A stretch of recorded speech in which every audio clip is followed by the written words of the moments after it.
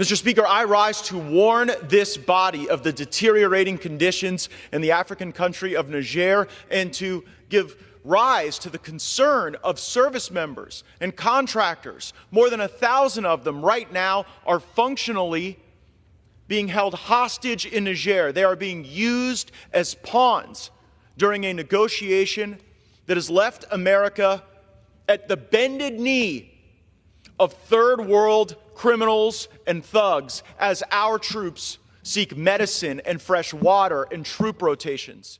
They've been called dictators, incompetent, unfit to govern. That's what the West often says about African leaders. And to be fair, sometimes they're right. Corruption, repression, and greed have plagued many governments across the continent. But here's where it gets interesting. That label doesn't apply to everyone. You see, when an African leader truly stands up for their people, when they reject foreign control, demand sovereignty, and chart an independent course, that's when the West reaches for a different set of words. Criminals. Thugs. And that's exactly what happened recently.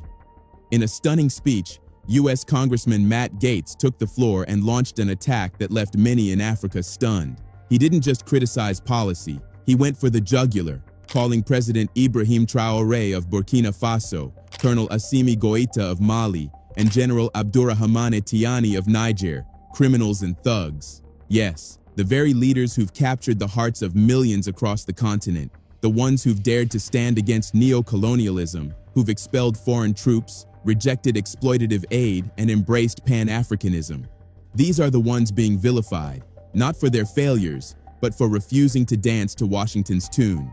But Gaetz didn't stop at insults. He went further, spewing demeaning remarks about the people of Niger, mocking their leadership, and even hinting at possible military action. The message was loud and clear.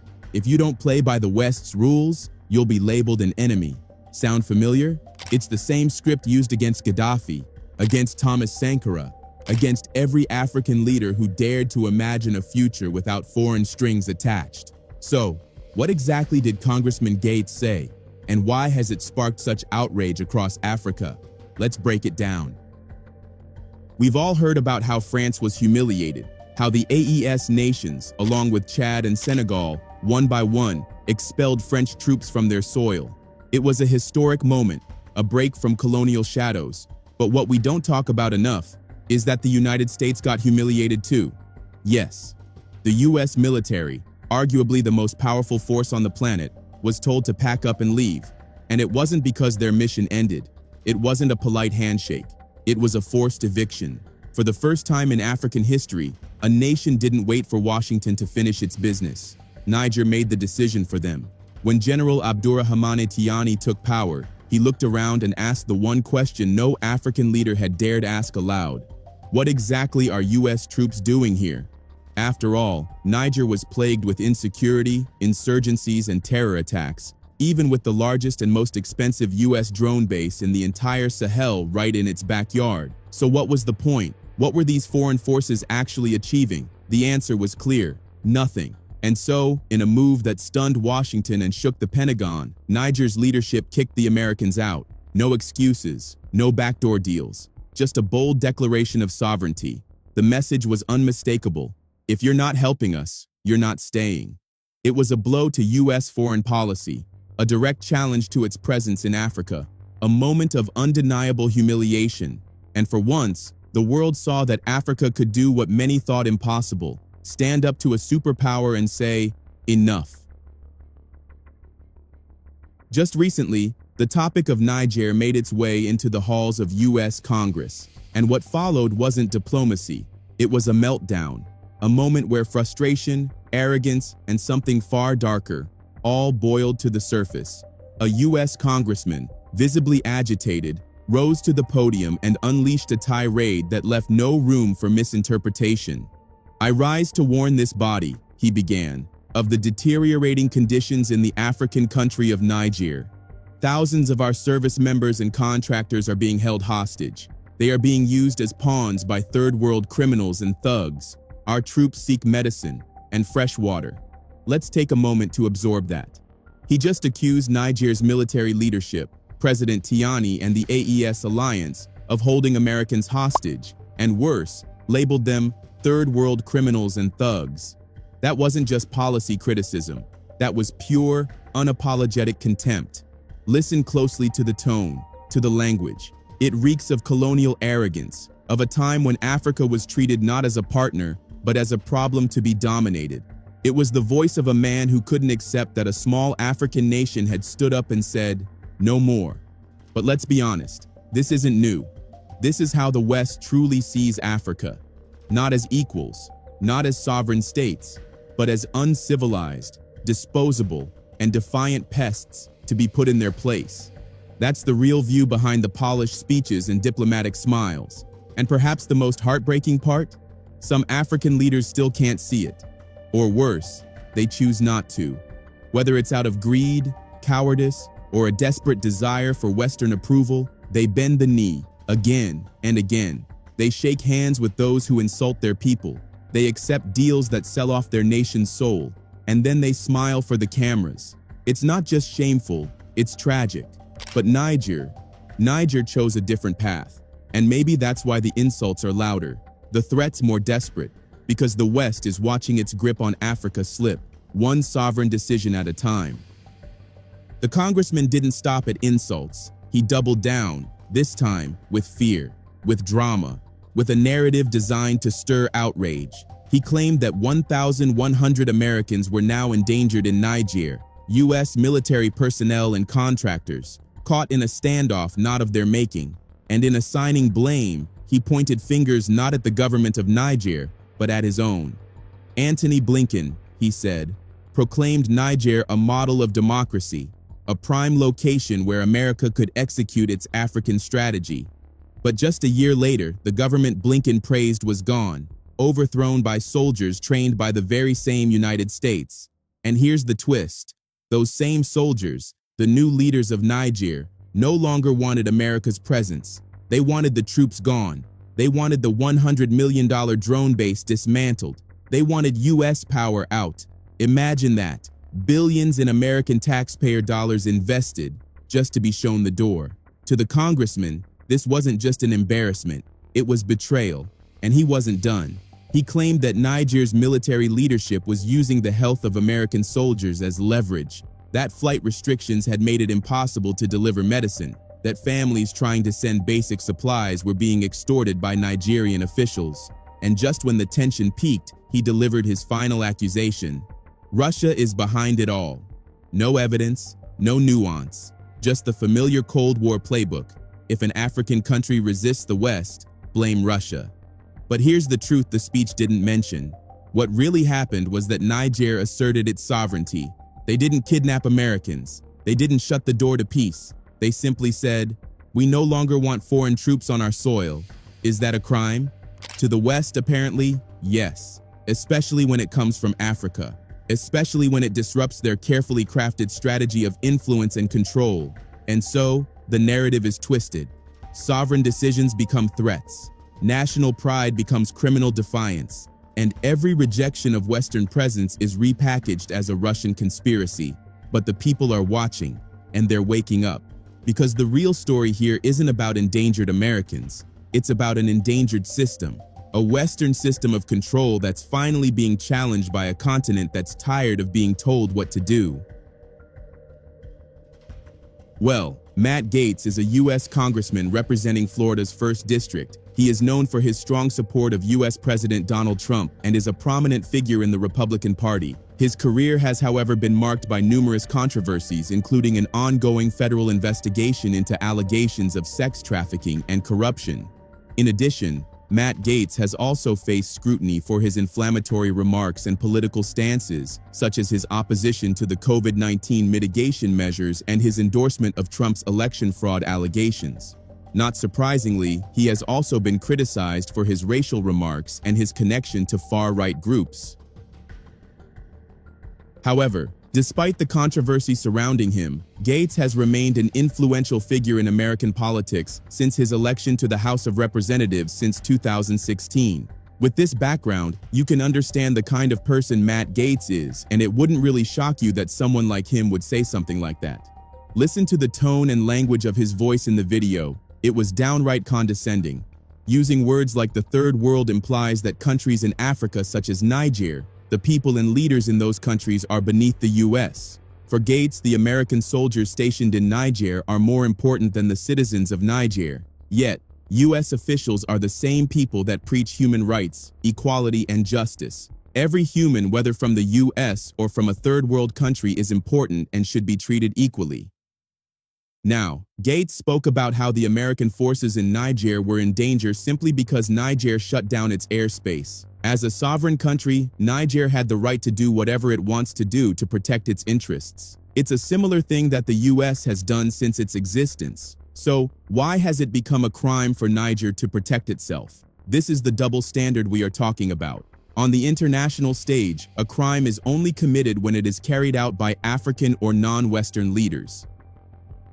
But here's the twist the congressman didn't mention. The situation he raged about, the so-called hostage crisis, wasn't created by Niger. It was created by the United States military itself. You see, this fallout didn't happen in a vacuum. It was the result of a deep, simmering disrespect, one that finally boiled over when US officials sat across from Nigerian leaders and tried to dictate who Niger could and could not partner with. And they didn't do it with diplomacy. They did it with condescension. That's when Niger said, "Enough."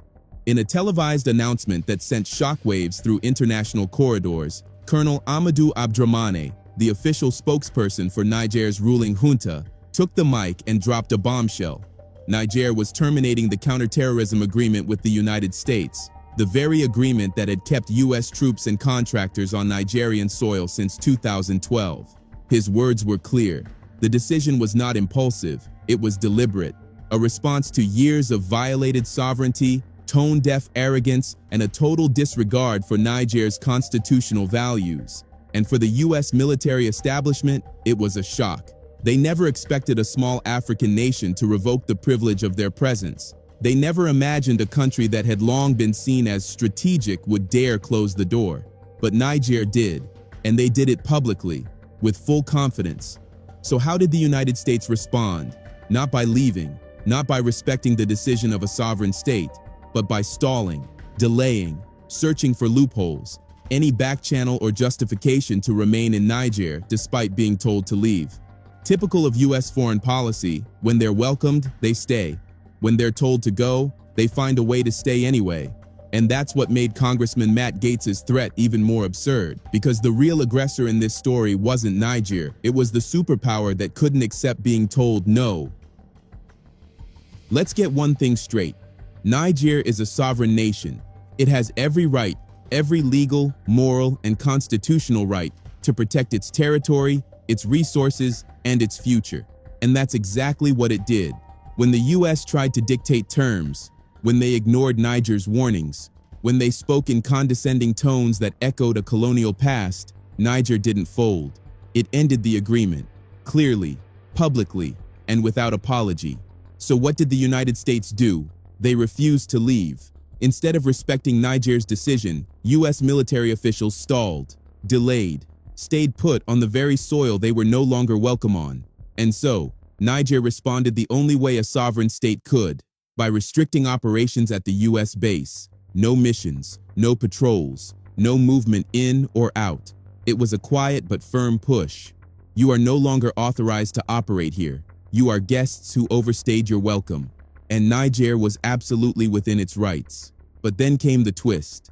Instead of holding US military leadership accountable for placing their troops in a situation they were told to exit from, Matt Gaetz turned the blame toward Niger. He accused the very government that had clearly asked them to leave of creating hardship for the American troops. The Pentagon failed to pull its people out. The Pentagon failed to secure logistics. The Pentagon failed to respect international decisions. But somehow, it was Niger's fault that US soldiers couldn't access medicine or mail. How does that make sense? Gaetz didn't condemn the chain of command. He didn't question why US military brass ignored a sovereign nation's demand. Instead, he scapegoated the very people who were asserting their independence. Why? Because in the eyes of men like Gaetz, Africa still doesn't have the right to say no, still doesn't have the right to defend its land. But Niger didn't just say no, it enforced it, and that's what really shook them. But instead of asking the obvious question, why hasn't the US military packed up and left? Matt Gaetz chose to do something else entirely. He issued a threat, not a diplomatic warning, not a measured critique, a threat of military intervention against Niger's leaders, their homes, and even their families, all because a sovereign African nation dared to exercise its right to choose who stays on its soil. The tone was condescending, the language was appalling, and the message was clear. The West doesn't see African leaders as equals. They see them as obstacles, as pawns, as people who must be punished if they don't comply, because the only part of Africa they truly value is its resources, its uranium, its gold, its oil, its rare earth minerals. That's what keeps them interested. That's what keeps them here. It's not about freedom, not about security. It's never been about democracy. It's always been about control. And just when you thought the speech couldn't get any more absurd, Gaetz pulled out the old propaganda card, Russia. Yes, somehow, in his mind, Russia was behind all of it. Never mind the facts. Never mind that Niger made its decision independently. Never mind that the people of the Sahel have repeatedly said the same thing. We are tired of foreign soldiers. Gaetz's narrative wasn't about truth. It was about deflection, projection, a desperate attempt to preserve the illusion of American strength in a region where the tide is turning. Because now, the military leaders of the Sahel are speaking with one voice. From Burkina Faso to Mali to Niger, the message is simple. The Western military presence is over, and it's not hard to see why. Years of drone strikes, special ops, and so-called counter-terrorism missions have failed to bring peace. If anything, insecurity has worsened. Terror cells have grown. Entire regions remain destabilized. So what good has the West's military presence done? That's the question leaders like Traoré, Goïta, and Tiani are finally asking. And more importantly, they're answering it with action. The era of military occupation masquerading as partnership is ending, and Africa is waking up.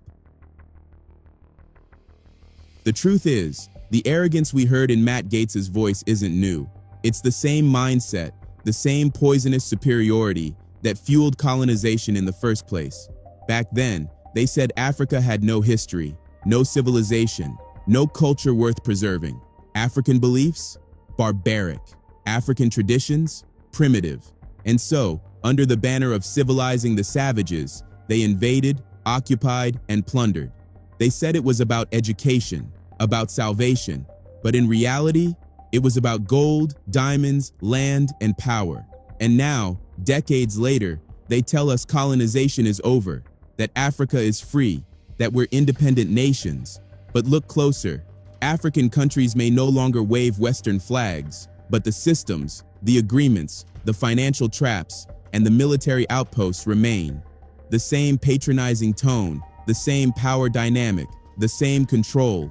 It's all still here, just in a suit and tie instead of a soldier's uniform. Because the truth is, colonization never ended. It just evolved. They replaced missionaries with NGOs, gunboats with aid programs, colonial administrators with advisors, and flags. Well, they just let us design our own, while pulling the strings from behind closed doors. The West still sees Africa as inferior, as a continent to be managed, corrected, exploited. And worst of all, they built systems that ensured Africa would remain beneath them, by design. Economic frameworks, trade deals, currency dependencies, military alliances, every piece of the puzzle crafted to keep Africa in a permanent state of waiting, begging, submitting. But now, that system is being challenged by voices that no longer whisper, by leaders who no longer bow, by nations who remember what true freedom feels like. And Africa is rising.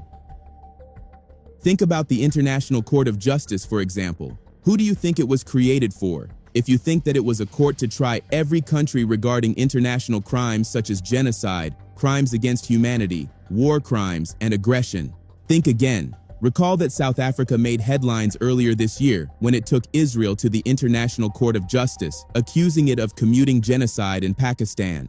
After several months of court cases, the International Court of Justice finally charged Israel of genocide, legitimizing South Africa's allegations. When the International Criminal Court charged Israel with genocide and issued arrest warrants for Prime Minister Netanyahu and Defense Minister Gallant, the world was stunned. The court also called for a halt to Israel's assault on Rafah, a bold, unprecedented move. But instead of support, the ICC faced fury, not just from Israel and Hamas, but from the United States and the UK. In a threatening letter, US senators warned, "Target Israel, and we will target you." They vowed to cut off funding, sanction ICC officials, and even ban them and their families from entering the US. The letter ended with one chilling sentence: "You have been warned." So much for justice, because clearly, international law only applies when it's not aimed at Western allies. And here's where the hypocrisy reaches its peak. The same United States and United Kingdom that are now threatening the ICC, they were cheering it on just months earlier, when the court issued an arrest warrant for Russian President Vladimir Putin and Russia's Commissioner for Children's Rights, Maria Lvova-Belova, following the invasion of Ukraine in 2022. Back then, the ICC was applauded, respected, legitimate. But now that it's not targeting a rival, now that it's coming for one of their own, suddenly the court is corrupt. Suddenly it's overreaching. Suddenly it must be punished. How convenient. How utterly hypocritical. But that's not even the most shocking part.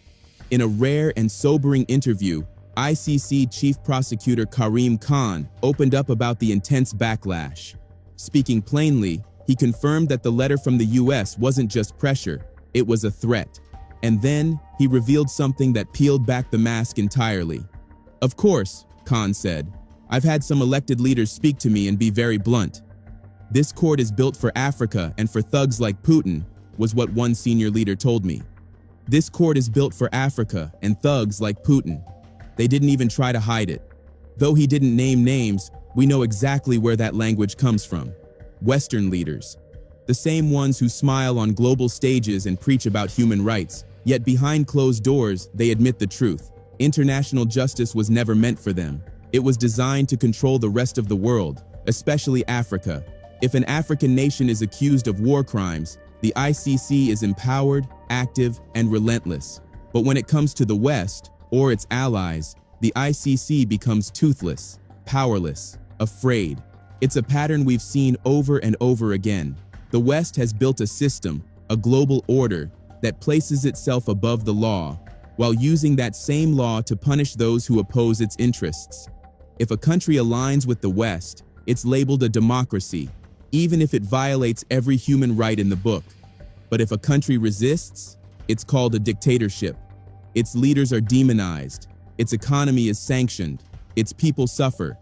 Ask Russia, ask China, ask any African country that dares to step outside the script. This isn't about justice, it's about control, and the illusion of justice used to maintain it.